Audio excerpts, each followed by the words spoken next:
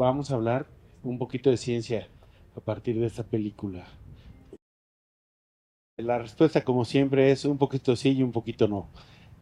Pero matemáticamente un poquito sí, ¿ok? Y para ahí va el rollo. O sea, la pregunta la voy a cambiar un poquillo. Las escaleras que se quedan atrapados en el bucle de subir y bajar en las escaleras, pues no se puede porque pues hay un rollo, así como lo más fácil es como verlo de conservación de energía, que si subes generas energía que se vuelve en trabajo y ese trabajo, pues en algún momento cuando tienes que realizarlo para bajar, entonces tiene que cancelar todo para que puedas regresar y pues ahí no se ve que regresen. Entonces, físicamente no se puede, pero matemáticamente sí se puede algo de esto. Entonces, déjenme empezar con las escaleras. ¿Va?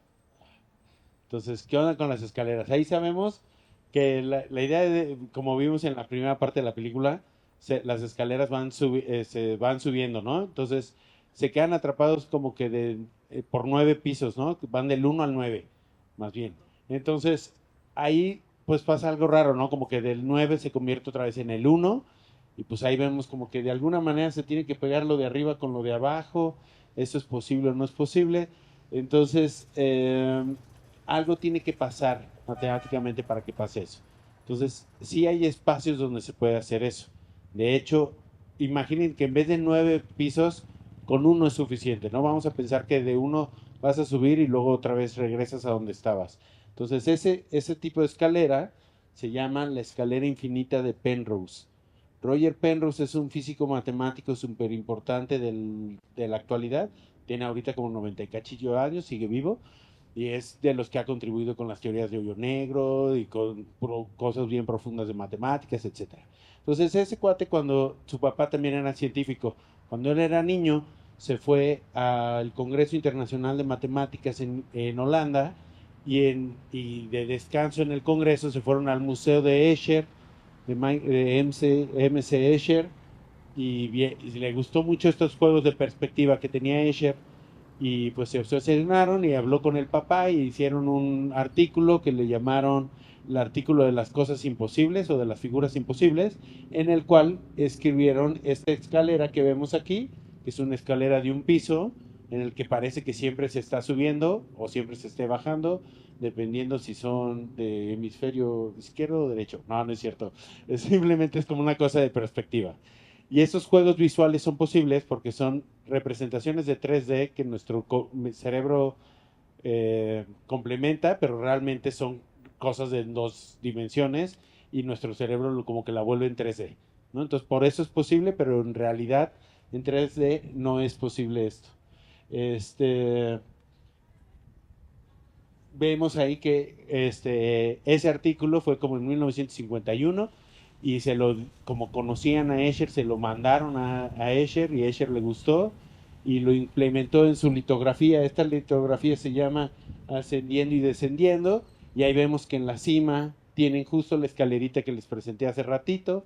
Entonces ahí me pongo para que no estorbarle a nadie, ahí está.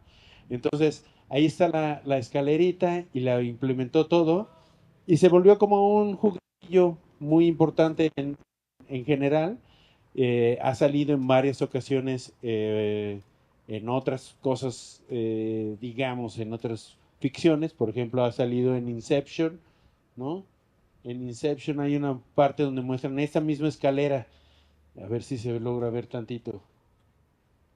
Y ahí explican un poquito en la película de Inception, de El Origen, como que no se puede hacer en 3 dimensiones, ¿no?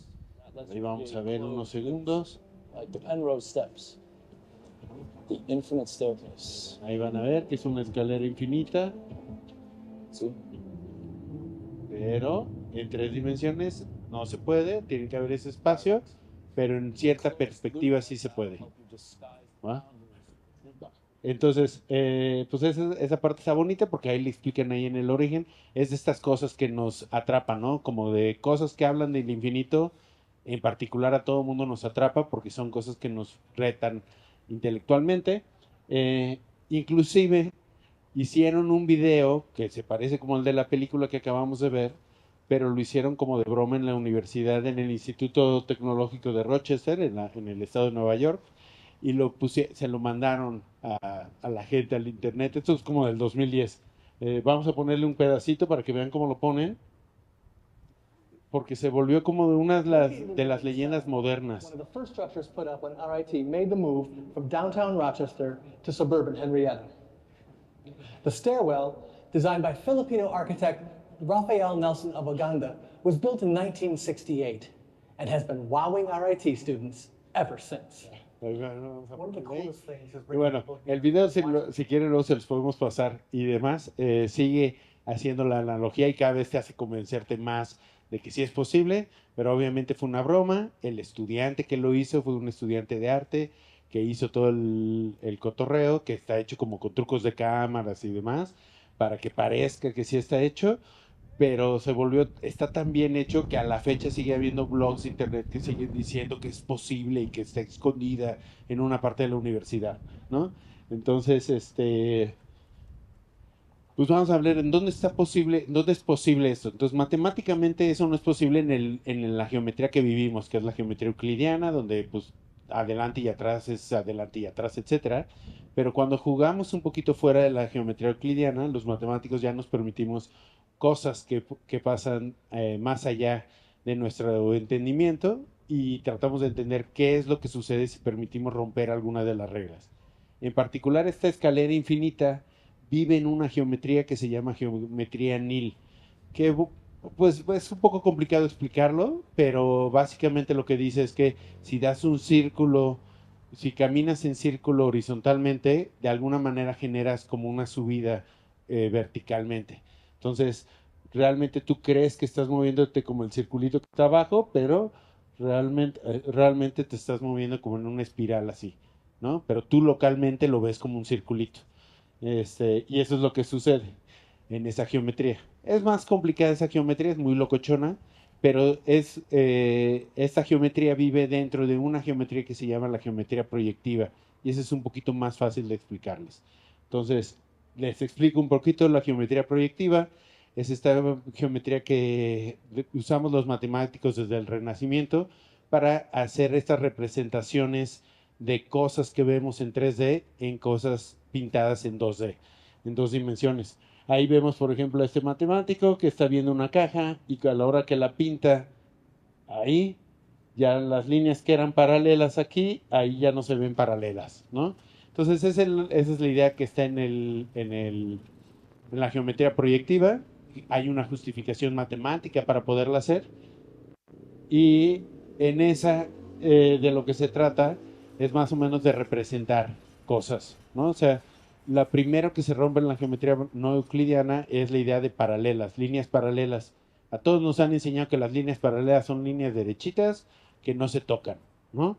Pero nosotros, por ejemplo, si vemos un camino infinito como el de la película, pues vemos que sí se tocan en el horizonte, pero sabemos que no se tocan, ¿no? Entonces, como que la idea es que el horizonte representa algo en el infinito, y los matemáticos lo formalizamos de decir, bueno, vamos a permitir que haya un punto donde esas líneas se pueden tocar, y ese es un punto al infinito, y que los renacentistas los pintores del Renacimiento ya habían descubierto a la hora de descubrir la perspectiva.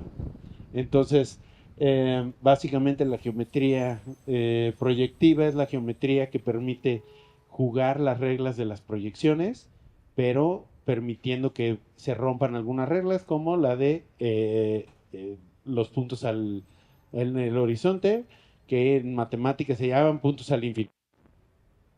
Algo pasó. ¿Qué pasó? Avanzamos en el tiempo. Eso. No, menos, más a la izquierda, más a la izquierda. Porque se están yendo los chistes. Ok, va. Entonces estamos viendo como que estamos hablando de geometrías acá proyectivas y demás. Y estamos hablando inclusive de la carretera infinita, como la vemos en el camino, ¿no? Con la película. Entonces preguntamos, bueno, ¿y qué con la carretera? ¿Qué pasa en esa parte de la película? Entonces déjame empezar por cuál es la geometría que hay detrás, que puede explicar cómo podría funcionar eso que les pasa en la carretera. Nosotros lo que vemos en la carretera es que pues, se caminan por un lado y vuelven a salir por atrás, ¿no? Que dices, bueno, vivimos en una esfera, Entonces a lo mejor le dieron la vuelta al mundo muy rápido y regresaron, ¿no? Pero algo que pasa es que el papá, bueno, el Roberto, dice, estamos atrapados en la carretera, pero no para el otro lado. Y se sale de la carretera y regresa, ahora sí, por el otro lado. Y dice, ahí, ¿qué pasa en esa situación? Entonces, permítanme explicarles cuál es un espacio posible matemáticamente en donde una situación así puede suceder. Entonces, para eso, lo que vemos en la pantalla más o menos lo va a representar con este cuadrito, en donde vemos que hay dos direcciones. Una es en la dirección de adelante y atrás de la carretera, que la vamos a representar, digamos, por las partes A, arriba y abajo. Y ahí digamos que si te vas para arriba, de alguna manera llegas para abajo, ¿no? Digamos en ese cuadrito. Y Roberto se sale en la dirección B, se sale de un lado y regresa por el otro. Entonces, para que eso sea posible, en ese cuadrito nosotros tendríamos que identificar el lado de arriba con el de abajo y el de la izquierda con el de la derecha. Ahora, para ver más o menos un poquito más claro cómo nos suceden este tipo de cosas en otras cosas que no sean las películas de miedo de Isaac Svan, este, la gente que conozca videojuegos viejitos, está el juego de asteroides. Entonces les voy a poner un pedacito y les voy a pedir que se fijen en cómo se mueven los asteroides. ¿Vale? Eh, Van a ver aquí unos asteroides. Fíjense en cómo se mueven los de arriba, cómo salen para un lado y ese mismo regresa por el otro lado, como siguiendo como siguiendo el movimiento, ¿no? Así. Ahí ponlo pausa y ya. Entonces, ese es el tipo de movimiento que pasa en la película un poco, ¿no? Como sales por un lado y regresas. Pasa como en este videojuego.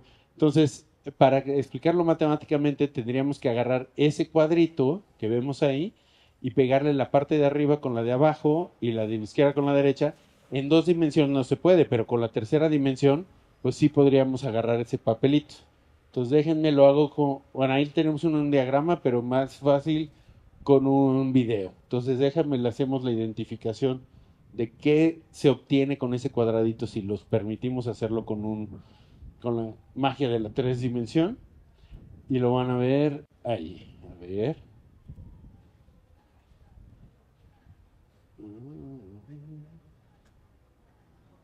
Como que se va formando ahí, se forma ahí una donita. Si pueden ver, forma una donita hueca. Y esos cuatro laditos que se ven identificados se convierten en dos curvas dentro de esa dona, que realmente son dos círculos. De hecho, esos son los dos círculos que son los dos movimientos que pasan en la película. El círculo grande es cómo se mueve el auto, el círculo chiquito es cómo se mueve Roberto cuando se sale de la carretera, ¿no? Entonces, este es el espacio en el que podría suceder lo que propone la película, el misterio.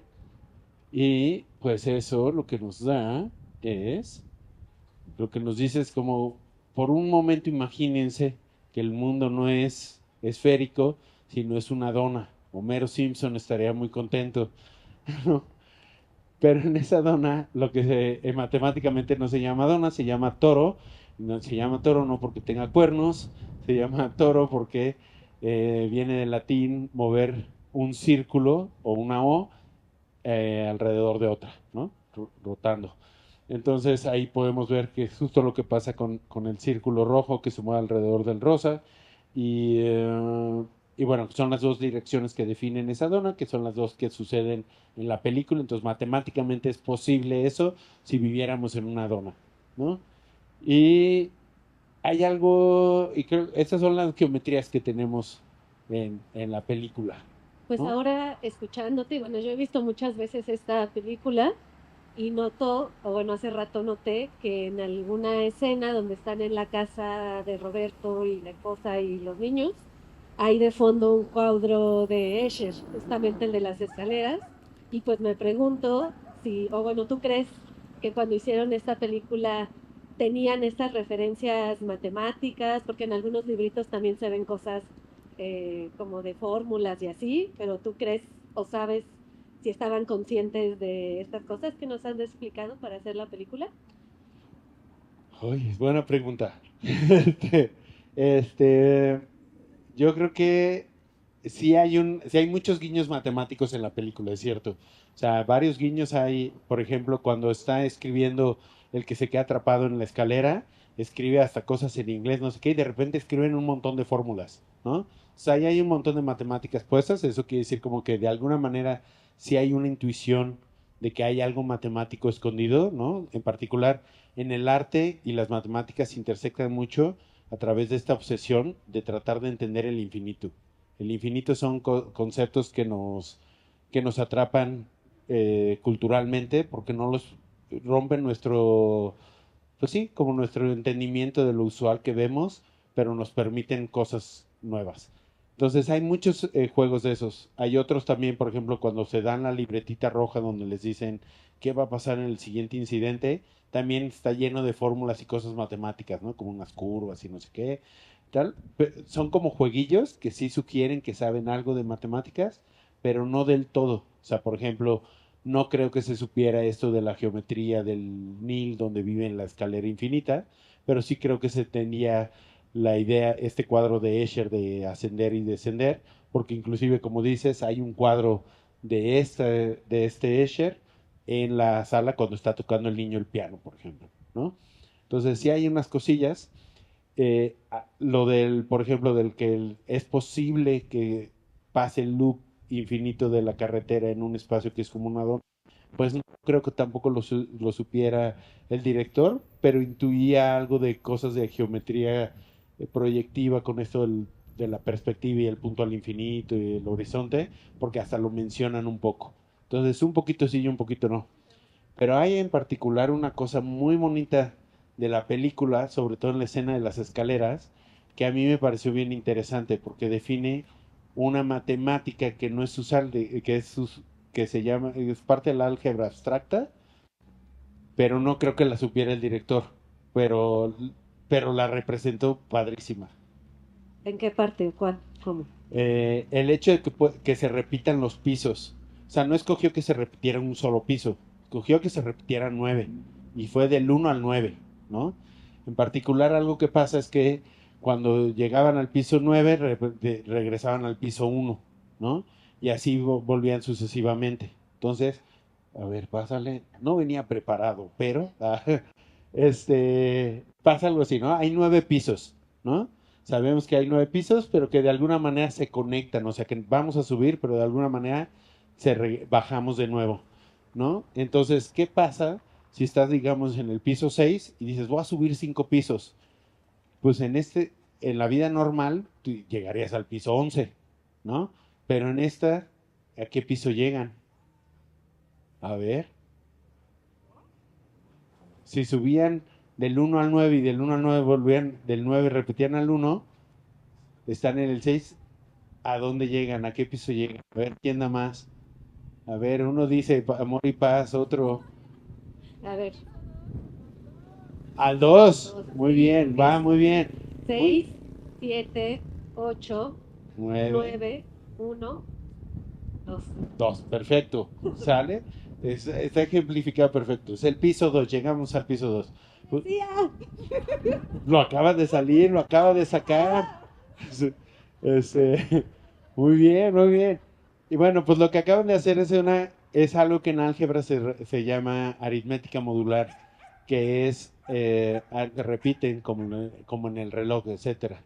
En esa aritmética, pues las sumas que conocemos usualmente no se comportan como tal. Por ejemplo, aquí acabamos de decir que 6 más 5 es igual a 2, ¿no? O sea que piso 6 más 5 pisos, llegamos al piso 2. Entonces, conceptualmente, cuando te lo digo, si no te explico la película, dices, ¿de qué hablas? ¿No? Pero ahora que tienes la película, dices, ah, sí, claro, claro, obvio llegamos al piso 2, ¿no?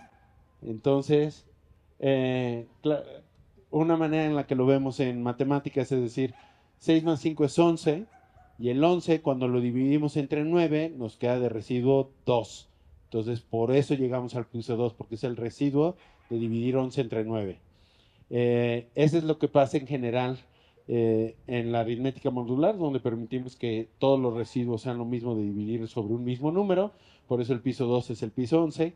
Otro lado donde han hecho aritmética modular sin darse cuenta es en el reloj. sabemos que cada 12 horas se repiten las horas, ¿no? Entonces, si sales a las 10 de la mañana, te vas 5 horas, regresas a las 3, pero son las 15 y las 15 son las 3, porque 15 entre 12 tiene como residuo 3. Y ahora saben por qué las 0 horas son las 12 horas. Entonces, esa es la aritmética modular, que es la aritmética donde se repiten ciclos, y esa es una cosa muy bonita que representa la película sin quererlo, ¿no? Porque ahora si les digo, ¿qué pasa si del piso 6 bajan 8 pisos? Ustedes pueden hacer todas esas aritméticas fácilmente pensando en cómo lo hacían en la película, y de alguna manera nosotros tenemos que llegar hasta el segundo año de la carrera de matemáticas para poderlo entender, pero Isaac Isban lo hizo en 10 minutos en una película, entonces muy bien. Y bueno, eso es lo que les quería platicar de matemáticas. No sé si hay... Ay, lo traté de hacer rápido para que aguantemos el frío. No, muchísimas gracias. Pues ahí ya están tus redes sociales para que lo sigan. ¿Alguien tiene como alguna duda, comentario, pregunta?